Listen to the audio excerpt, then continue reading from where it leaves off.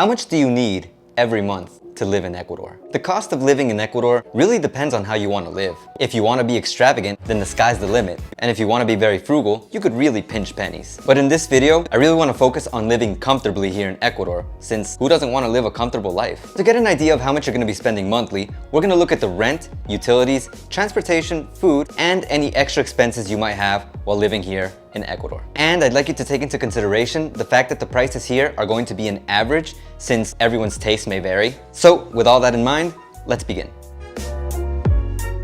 Starting off with the rent, the average price you'll be paying for rent here in Ecuador is around $250. Now, this could obviously shoot up as high as $400 or as low as $150. Of course, taking into consideration the comfortable lifestyle I mentioned at the beginning of this video. The variance of price is really going to depend on a variety of factors. For example, some places are better located than others. Some places are located close to supermarkets, plazas, or even parks, and all of those things influence the price. Another factor is the amount of rooms the place has. You could also take into consideration if it has a pool or not, the amount of security, and even whether they permit pets or not. If you want to get more information on the prices of rent depending on some of these factors, you can check on plusvalia.com.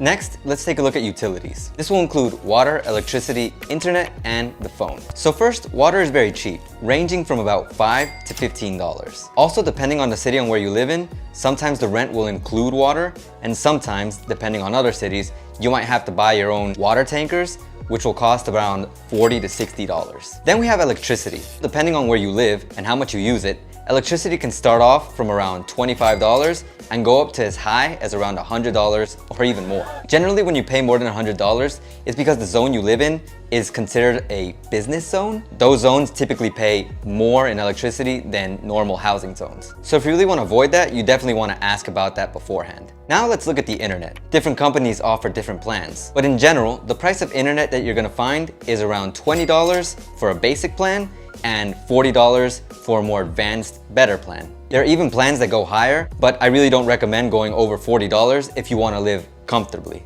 You don't really need it anyway, since at $40, the plan is just fine. Trust me. Then we look at the cell phone, which is basically paying for a data plan. Decent data plans can start off at around $10, while slightly more advanced data plans can go up to around $20. I don't recommend going past $20, since going past that is really unnecessary, since you don't really need that much internet while you're out on the street anyways. Unless you're a heavy consumer of content, then that's a different story. So just adding up the most expensive prices that I mentioned of all these utilities, just to be safe, the total is $175.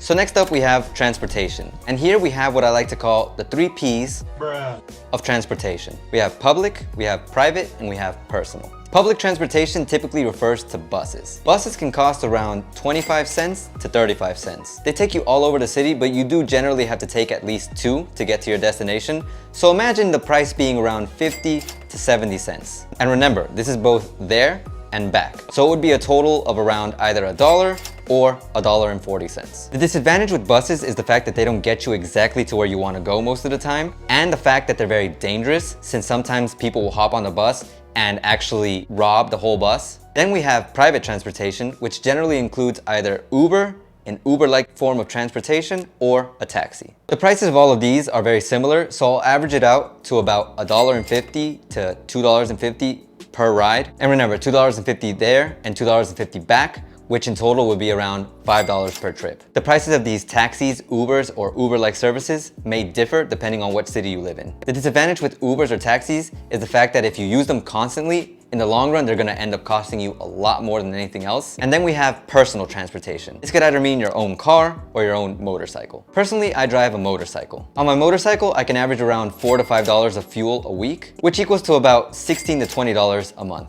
With cars, depending on the size, you can end up spending around $15 to $20 every 2 weeks, which means you would end up spending around $30 to $40 a month on fuel for cars. I personally enjoy riding a motorcycle because it's very convenient to get from place to place, but it's also very dangerous. If you haven't seen why I think it's dangerous, you should check out this video over here. The disadvantage of cars and motorcycles really depends on how good of a driver you are, since if you're a better driver, you'll probably have less trouble driving in these dangerous streets. Another disadvantage of having your own car or motorcycle is the fact that when you buy these vehicles, since they're imported, most of the time they're very expensive, more so than wherever you're probably coming from. But if you can put up with that, then it'll probably be more worth it in the long run.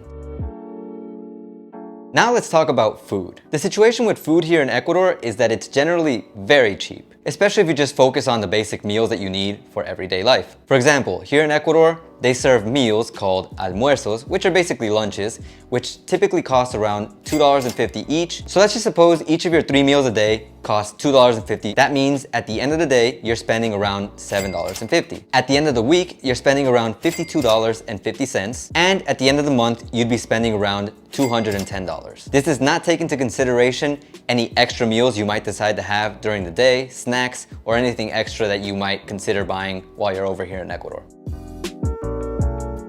And finally, we have extra expenses. In this section, we'll focus on things that people generally do here, things that you might want to buy while you're around, or general expenses that might just happen along the way. For example, if you go out to eat, generally you'll spend around $10 to $20. If you go out drinking with your friends, you'll spend around $5 to $15, including transportation if you go in a taxi or something. Going to the cinema, you might spend around $5 to $15. You want to buy a new shirt, or maybe shorts, or maybe something else. That could be around $10 to $25 and up. Maybe you like going to the gym. That could be around $20 to $35 a month. Maybe you got sick and you needed medicine. That could cost you around $1 to $20 and up. So once again, taking the most expensive of all of these examples into account, just to be safe, we have a total of $130. And remember, if you consider you're not going to do any of these things, at the end of the video, there's going to be 2 totals, one with this value and one without this value. So choose the one that's best suited for you.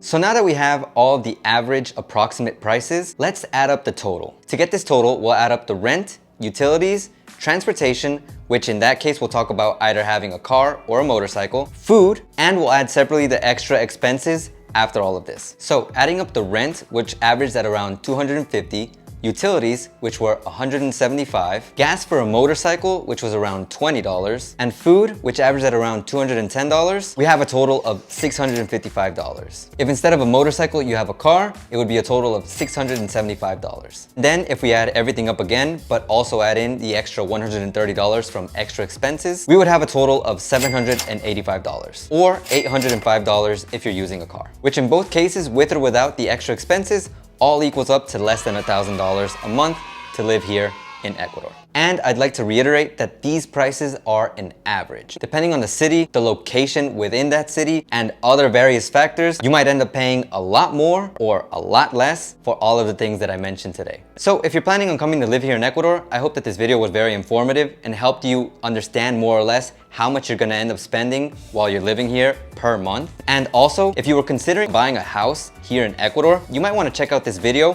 where I talk to my friend who's a real estate agent who gives some advice for people wanting to buy a house here in Ecuador. So that's it, guys. Make sure you take care, drink lots of water, prepare your monthly expenses, and as always, ace out.